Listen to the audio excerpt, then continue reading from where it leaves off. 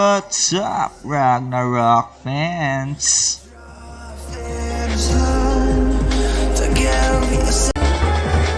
In this video, I'm going to share my current PvP build since I've noticed there's a lot of players already requesting it here in my channel. So basically, I have two loadout for PvP. So one is for solo priest during KVM, which is the same build that I used during GvG. Another loadout is the dual high priest in KVM if let's say I have another priest in my party. And it's the same loadout that I used during Ultimate Showdown. Take note again that this is still a no top up since day 1 account, F2P, so don't expect anything that much. But if you've been following me and liking my progress, then stick to my channel because our priest just keeps on improving. Now here are my stats. So if I'm going to activate my pet, here are the new stats. So my HP right now is 223,000, M attack of 4.2k, haste of 1.3k, and actually I have 23% of final haste. So I'll just be scrolling down my stats for your reference. But you're never gonna make it. Are you just gonna take that? Make them take it all back. Don't tell me. Now if you notice my stat points, I don't have any dex anymore. I have my vit and int equally distributed, 61-61, like I said in my community post.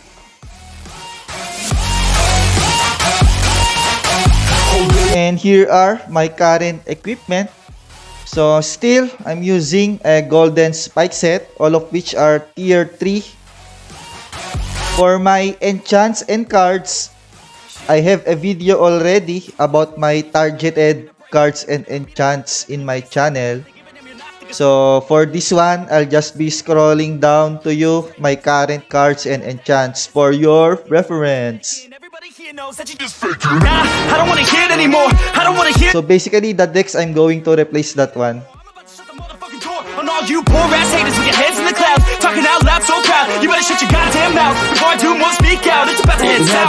Same thing, decks need to remove soon. Cook record, I plan to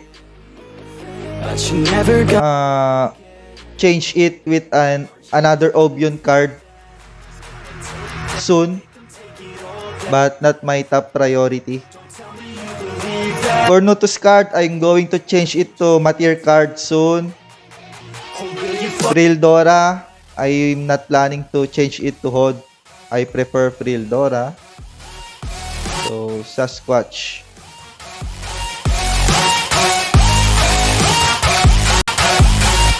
And here are my current costumes for your reference.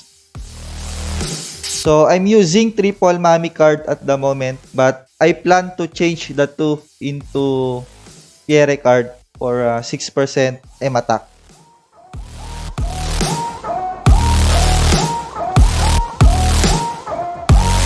And for the eyes, I plan to replace it with blinder, dark blinder, but I don't have this one yet. Yeah. Now I'm going to show you my skills loadout that I use during solo high priest KVM, and it's also the same loadout or skills that I use during GvG. So here it is. I plan to max increase agility, but not my top priority at the moment.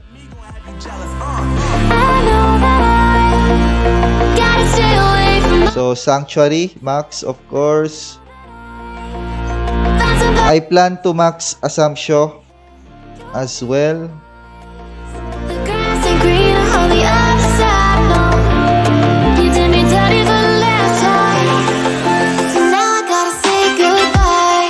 As well as Colosseo Hill.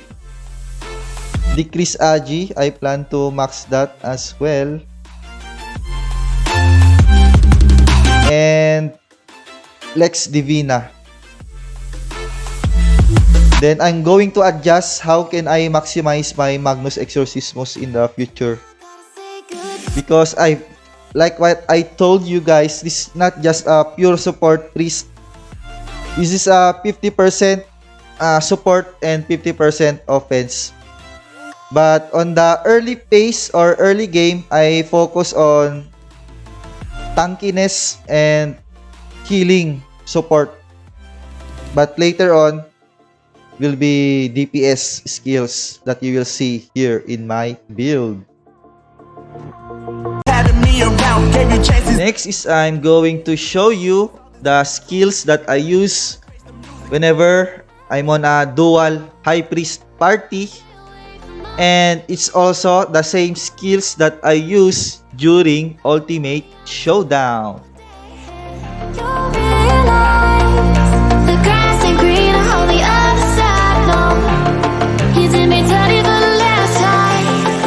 So here it is.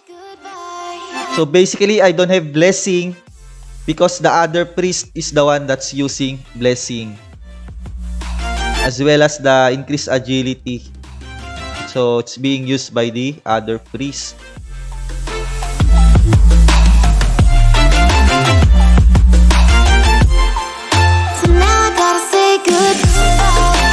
So as you see here, I'm using Signum Crucis.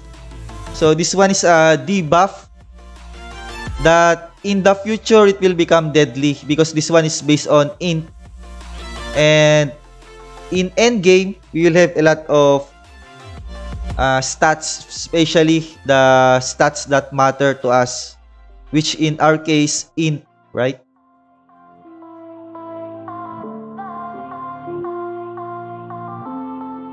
And then of course, I'm also going to use Magnus Exorcismus in the future. So the deadly combo will be the Signum Crucis and the Magnus, especially if both of them are already upgraded on the Shadow equipment.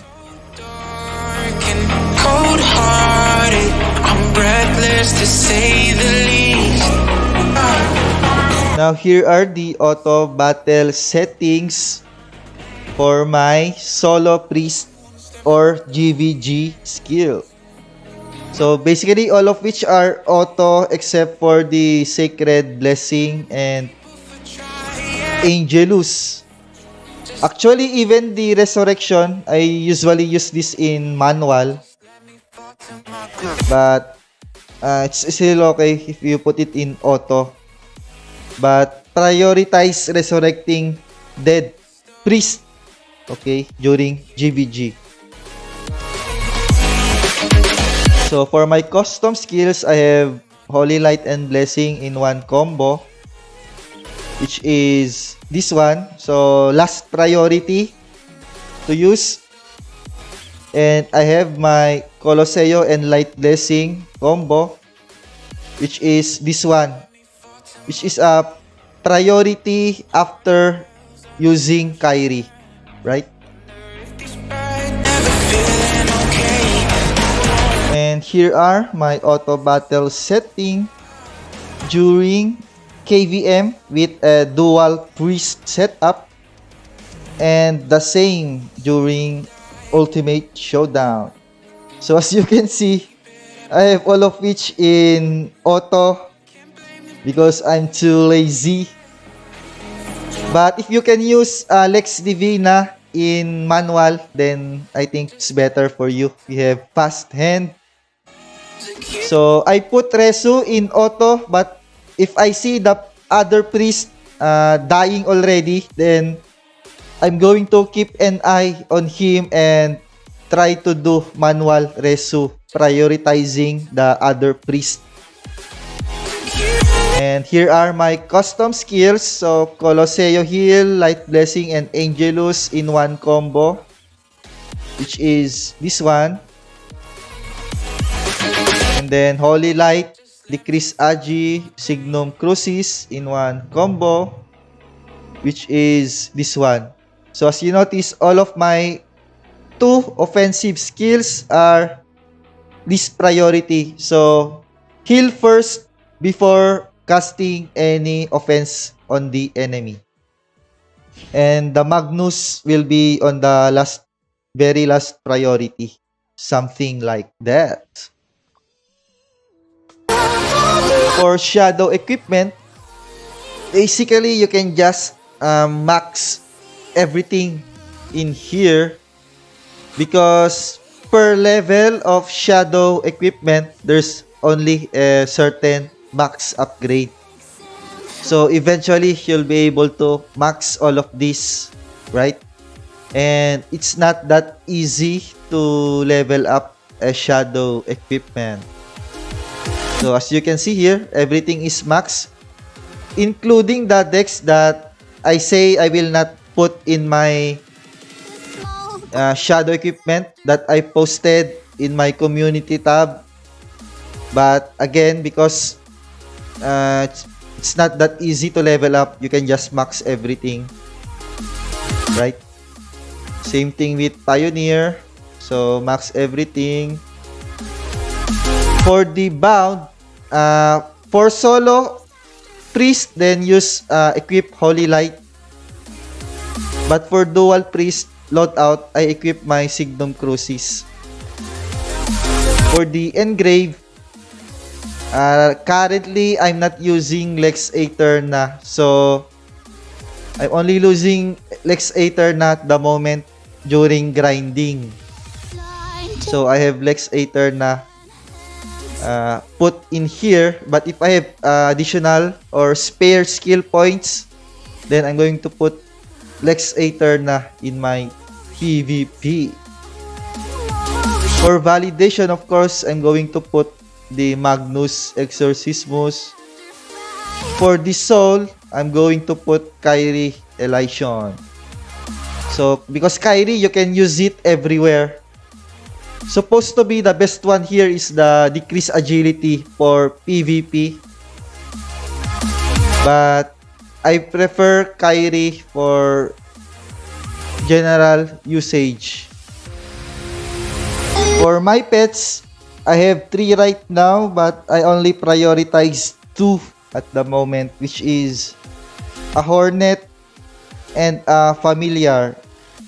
So the Hornet will evolve into a Mistress, which will be suitable for a very late game scenario, and the Familiar will evolve into Drainliar.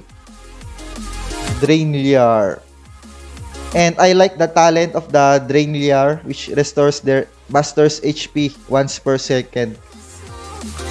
So high HP, sustained, then reflect, then Magnus Exorcismus to the face. That is the nature of my build. Thank you and bye-bye.